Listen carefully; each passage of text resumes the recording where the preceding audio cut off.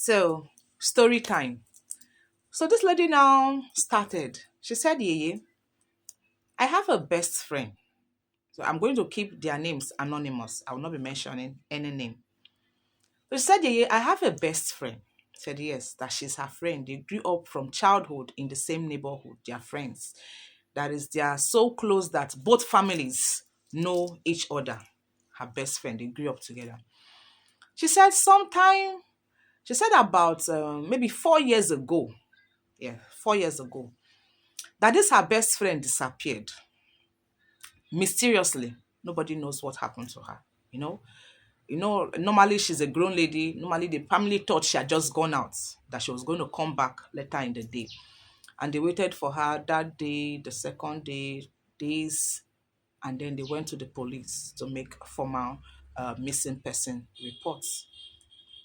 So they looked for her, they did not find this lady.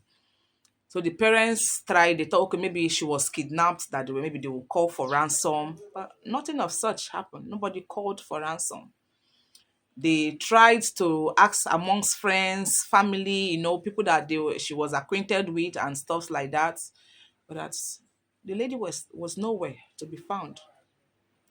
And the parents tried, they did all they could, but the lady was nowhere to be found. So it now got to a point, and the parents said, oh, maybe she's dead.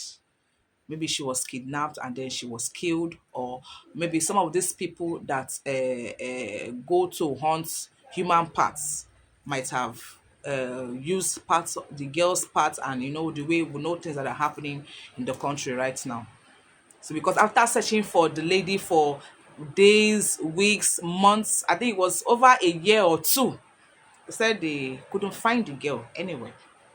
They could not find her body. In fact, there was no trace of her. Let me just say, there was no trace of this girl anywhere.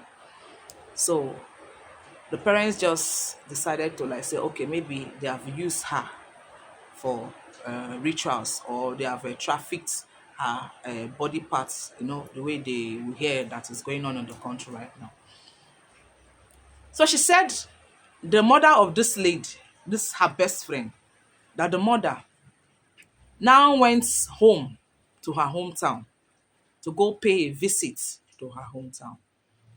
So she went to her hometown. When she went to her hometown, I think there was a festival going on in the hometown of this lady. I think it was like a Yemoja festival or something like that going on in the hometown of the mother of this lady. So the mother of this lady went home.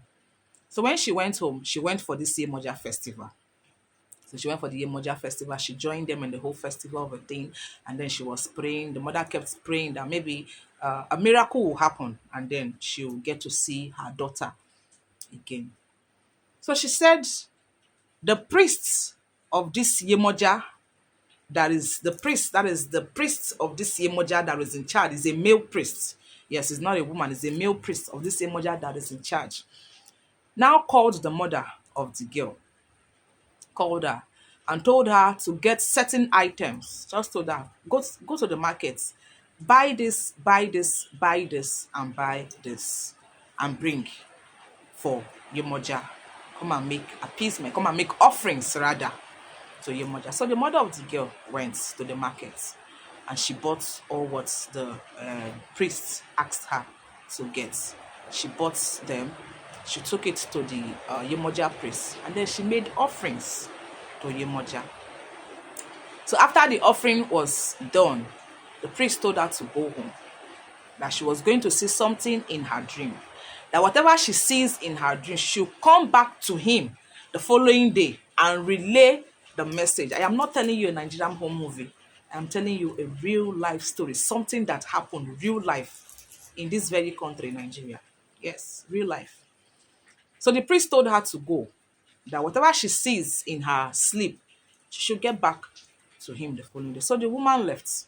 She went home. So that night, she saw some things in her dream, and then the following day, she went back to the priest, and then she narrated what she saw to the priest. And part of what she told the priest was that she saw her daughter in a cage, that the daughter that they have been looking for, she saw her in the dream, that the girl was put in a cage and she was locked up in a cage, and the girl was crying.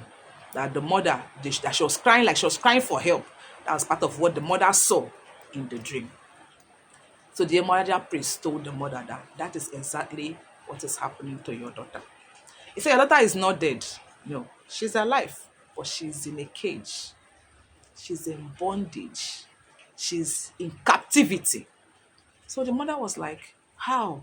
Where? Help me. You know, like a mother now. Okay, what do I do? How do I do it? What do we do? This and that and that. So the priest now said, if you're ready, this and this and this can be done. We will do this, we will do that, and we'll do that and do that. So the mother said, okay, she's ready. And then they started.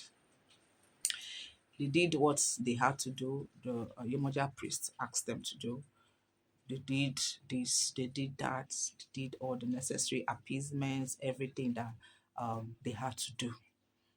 So the mother finished doing what she had to do, and then she left. The priest told her that after everything was done, told her to go home, that her daughter was going to come back to her. The mother was like, are you sure? She said, yes, go.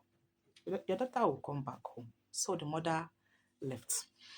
So when she left, she went home. I think, if I'm not mistaken, this lady in question said after a while, but she didn't really tell me exactly. She said after a while that the mother received a phone call.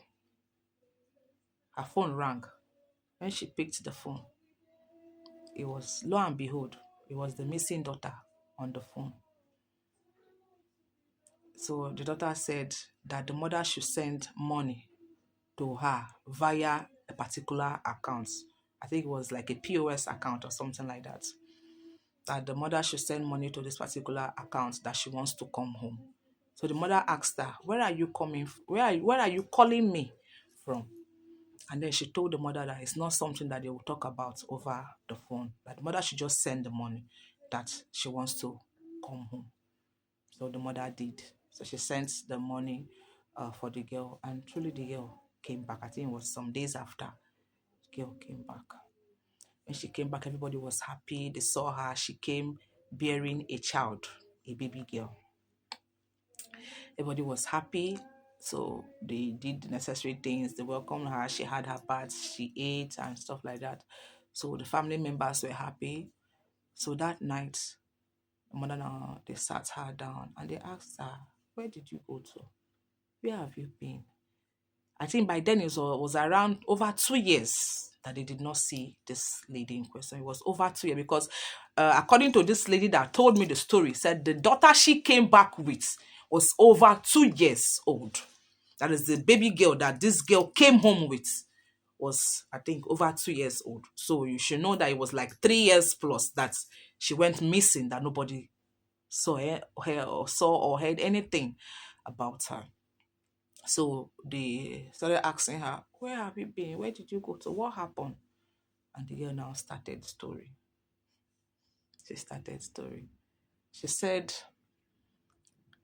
she came across this babalawo. So she came across this babalawo. I really do not get the picture, or I really do not understand how she came across Babalawo, but I think someone introduced her to the Babalawo, or she met the Babalawo. I don't just know how she met the Babalawo anyways. And then they spoke over the phone, and she told the man she wanted to do spiritual work for one issue or another. And Babalawo asked her to come over to his place where he is. So she said she went to the Babalawo's place to go and do the spiritual work. So the very first time she went there, the Babalawo did what he needed to do for her, did one spiritual work, did whatever, and told her that she was going to come back after some months, that she should come back. I think it was after like a month or so, the man asked her to come back, that the work that he did, he has not finished the work, that the concluding part of the work, that she has to come back for him to do the concluding parts of that spiritual work that she came to do. So she said, okay.